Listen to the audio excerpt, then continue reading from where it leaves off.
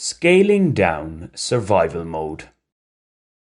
Whether one agrees or not with the coronavirus pandemic response taken by most of the world, the fact is we've all had to live with the constraints for well over a year now. As is well known, and is the case for so many causes of death, those who have had most to fear from COVID-19 are the elderly, followed by people with underlying conditions.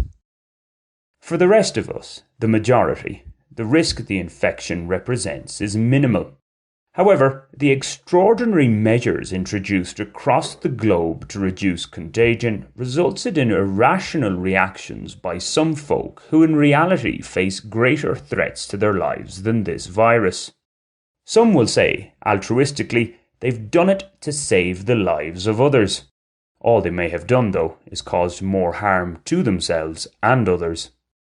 The lifting of this fear mentality is not something that will come easily.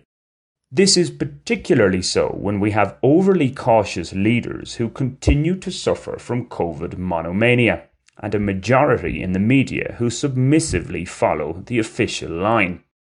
It has been as if no other cause of hardship and death really exists. This myopia appears most acute in high-income countries, places where many enjoy a comfortable existence, relatively speaking, with restrictions less impactful. While Colombia has had its lockdowns and the like, the approach of late has largely been carry on regardless. Except, that is, for arguably the most pressing area where a return to normality is needed: primary and secondary education. Most schools are continuing with substandard virtual learning. Okay, we have seen some in-person classes with reduced capacity and alternate days, but it's the private schools that have been more proactive on this front. The public institutes, as they tend to do, lag behind. Thus, the divide between the privileged and the rest deepens. The thing is, because of health concerns amongst teachers and other staff, misplaced as they are for many, plus the general state of COVID fear being promulgated, no one's in a major panic to go back to pre-pandemic days.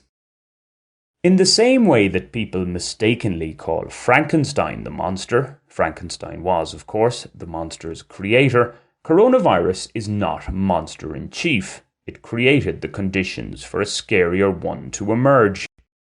That monster is the irrational fear that continues to dominate public discourse and policy. Even those of us who have questioned the pandemic response can't avoid being caught up in this. I, for one, went into survival mode, financially speaking, in any case.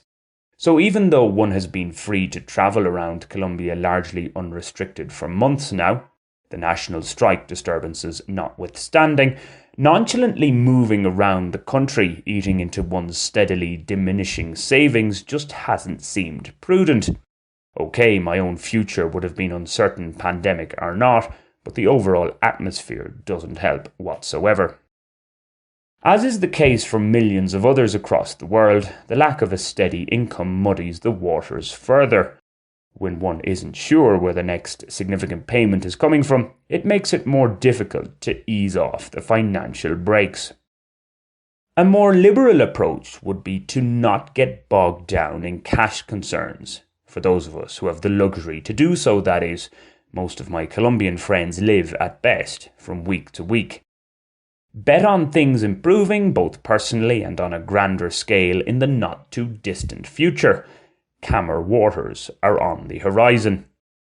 While there may be truth to that, my conservative side dominates my thinking here.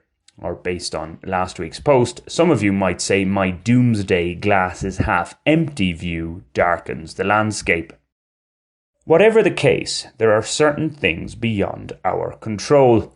The best we can do is to have mechanisms in place to ensure those uncontrollables have less of an impact on us than they might otherwise have if left unthought of.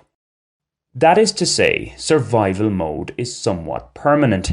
It's just that certain events see us scale up this modus operandi more so than others.